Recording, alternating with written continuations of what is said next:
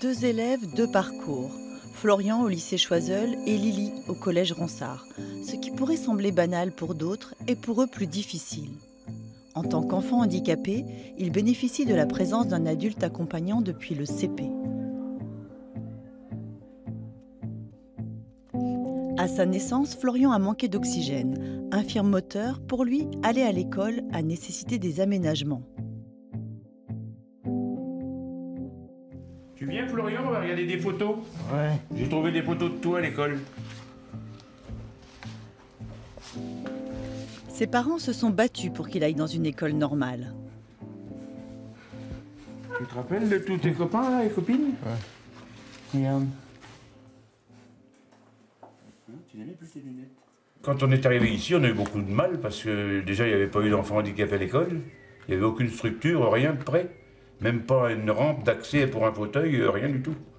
On était presque exclus de l'école à cause de ça. On va dire qu'ici, donc dans mon village, je vais pas le dire, c'est à l'école, j'étais souvent insulté, et donc c'est pour ça que principalement que je suis allé au collège à Tours et pas à Neuilly-Pompière. Parce que pour me débarrasser de ces personnes-là.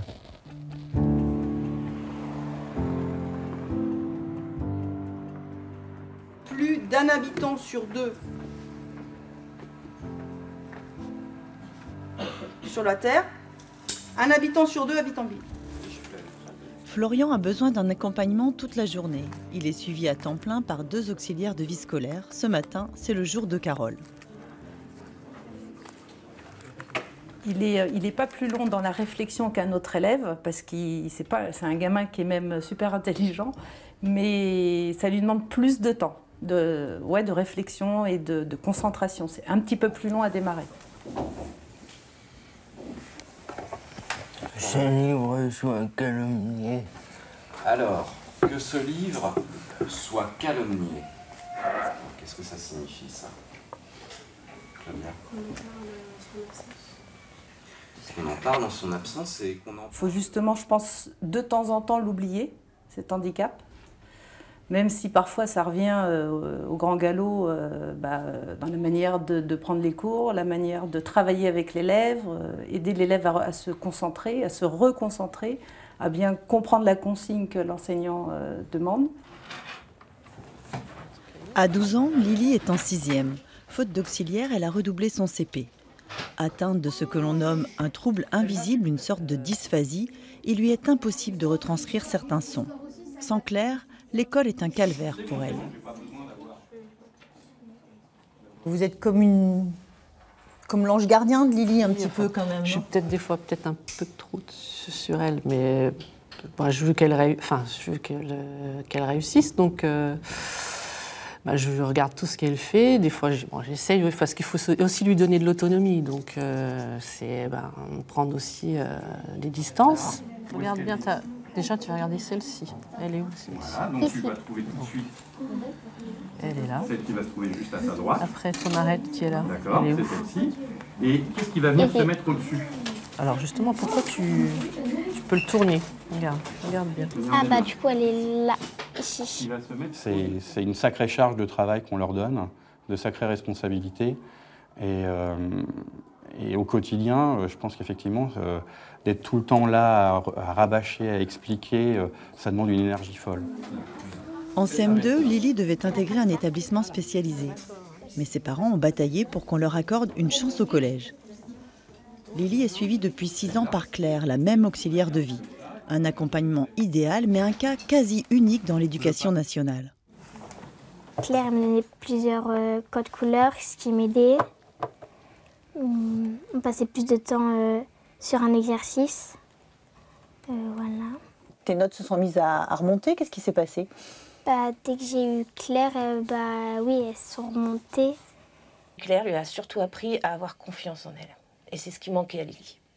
C'est lui avoir appris la confiance en lui faisant confiance. Elle a expliqué à Lily qu'elle lui faisait confiance, qu'elle ne doutait pas de ses capacités, qu'elle était là justement pour l'aider à développer ses capacités et d'arriver à travailler toute seule.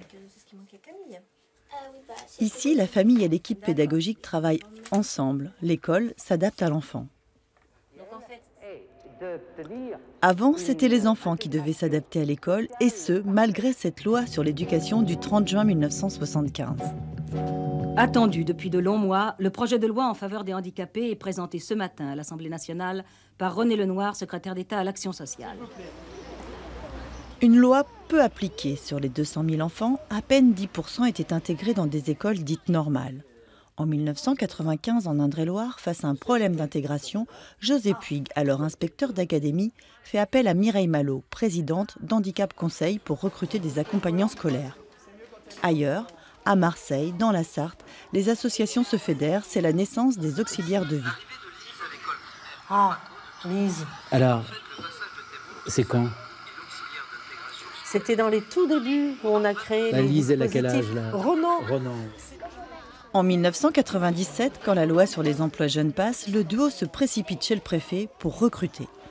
Les parents étaient là en disant « Nous, on est dans un département où il n'y a pas d'association, c'est pas normal que nos enfants n'aient pas les mêmes droits que dans le département d'à côté. » Donc très vite, il y a eu cette montée en charge qui a créé cette pression pour que le système devienne un système accessible dans tous les départements du territoire national. Les parents déménageaient en Indre-et-Loire pour pouvoir scolariser leurs enfants, tu te souviens? C'était délirant. En 4 ans, ils embauchent plus de 80 auxiliaires. En juillet 2001, Mireille Malo remet son rapport à Jack Lang, ministre de l'Éducation nationale. 20 propositions pour pérenniser le dispositif. La légitimité de Mireille, c'est pas parce que c'était une experte, c'est pas une technocrate qui avait l'habitude de parler la langue de bois des ministères. C'était quelqu'un qui était sur le terrain, qui savait sur le terrain ce que représentait pour des parents d'un enfant handicapé le fait de se voir refuser l'accès à l'école. En janvier 2003, 63 associations de parents réclament la professionnalisation des auxiliaires de vie scolaire. Le dispositif associatif, on arrête, on passe le relais à l'État, donc à l'Éducation nationale, on est confiant, on a démontré sur le terrain que c'était possible. Après, le système associatif a ses limites. C'est normal que l'Éducation nationale s'empare de cette question. Ces enfants-là, ils vont à l'école ordinaire comme les autres. Magali est l'une des premières auxiliaires embauchées par l'association de Mireille Malo. Elle a exercé pendant 12 ans. Maintenant, elle travaille dans une crèche. Magali, si je l'aurais pas, je ne serais pas dans cette classe-là. Ça, c'est clair et net. Et tu serais où alors? Je serais peut-être en train de redoubler. Peut-être. Même avec mes talents.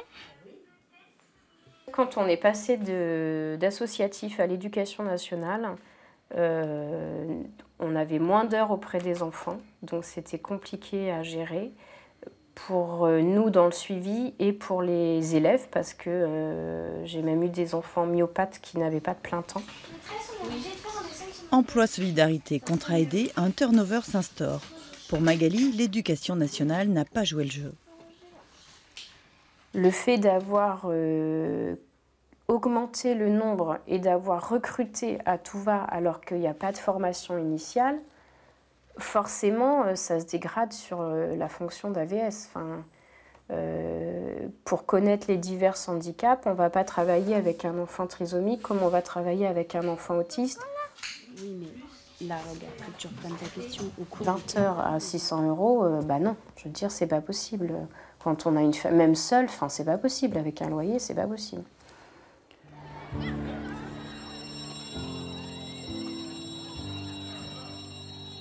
Pour l'instant, l'AVS est une fonction, pas un métier. Certains chercheurs en sciences de l'éducation pensent l'élargir au périscolaire. D'autres sont persuadés que l'auxiliaire devrait être affecté à un seul établissement. Il y a des enfants qui sont handicapés, mais qui n'ont pas de besoins particuliers. Réciproquement, il y a des enfants qui n'ont pas de handicap et qui sont en grande difficulté dans l'école. Beaucoup d'accompagnement ne tiennent pas au fait d'être handicapés ou non handicapés, mais tiennent au fait d'avoir des besoins particuliers. Donc nous sommes nombreux en éducation à promouvoir l'idée du besoin particulier et de faire en sorte que les dispositifs d'adaptation que l'on va mettre en place soient des dispositifs qui soient utiles bien au-delà du handicap à tous les enfants qui en ont besoin. Grâce à Claire, Lily a repris confiance en elle, à l'école et en sport aussi. Elle est vice-championne régionale de gymnastique. Oui. Auxiliaire de vie scolaire, un vrai métier ou pas? Aujourd'hui, c'est une fonction qui recouvre des réalités extrêmement diverses avec des problèmes de cloisonnement, un manque de formation de tous les acteurs de l'éducation nationale. Certaines AVS déplorent le manque de reconnaissance. On a une bonne relation avec les professeurs, l'éducation nationale en général, quoi. Savoir, de temps en temps, qu'ils prennent de nouvelles pour savoir est-ce que ça va, ça se passe bien, tout simplement. Voilà, plus de communication entre nous et peut-être l'administratif, enfin, ou les référents qui s'occupent des AVS. Il n'y a pas assez d'échanges. Voilà, on se sent parfois un peu isolé, un peu seul. Voilà. C'est ça. Donc elles sont autour de quoi? Elles sont plutôt dans Londres, à l'extérieur de Londres, dans la banlieue de Londres? Non, la banlieue. Ouais, c'est pas au centre? Non. Florian est bien intégré à l'école et ça va de mieux en mieux. Pourtant, entre la 3e et la seconde, il a failli être orienté vers un lycée professionnel. Même avec ses bons résultats, il doit se battre pour rester dans un cursus normal. Dès qu'il rentre le soir, il se vide la tête devant des jeux vidéo. Plus tard, il aimerait les concevoir et c'est bien parti. On peut toujours faire mieux que ce qu'on fait. C'est pour réussir des trucs, c'est ça que je me dis, je peux toujours faire mieux.